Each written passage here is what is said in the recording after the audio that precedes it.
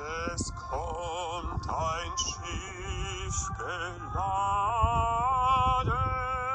bis an sein höchsten Wort, trägt Gottes Sohn voll Gnaden des Vaters ewigs Wort.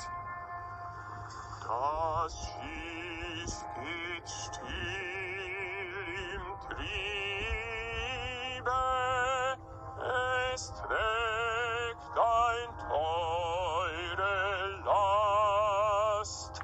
Das Segel ist die Liebe, der Heilig, Geist, der Mast.